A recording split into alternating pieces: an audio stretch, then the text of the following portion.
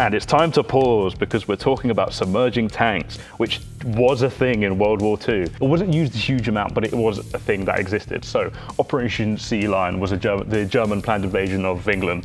Now, part of that operation, what they were going to do, they figured that if you're thinking blitzkrieg, you need to have infantry, you need to have aircraft, and you need to have, importantly, armor as well. How do you get a bunch of armor onto British shores?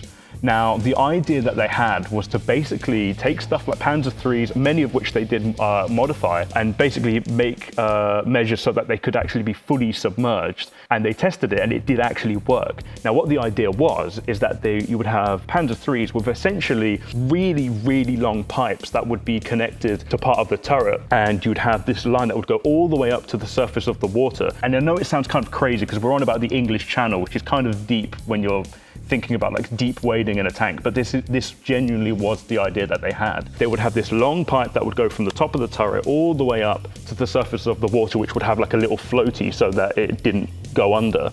And the idea was to basically get these Panzer IIIs driving at the bottom of the English Channel up onto British shores. And it sounds like absolutely crazy, but that was what they had planned on doing. And not only that, there are examples of other German tanks in World War II having like snorkels, like the Tiger. The Tiger tank had a snorkel to allow it to do deep wading as well. So it might sound a bit ridiculous, but it's a very much a real thing that was done. And again, props to the guys behind Valkyria Chronicles, because they've clearly done their like research. It's a great little bit of detail.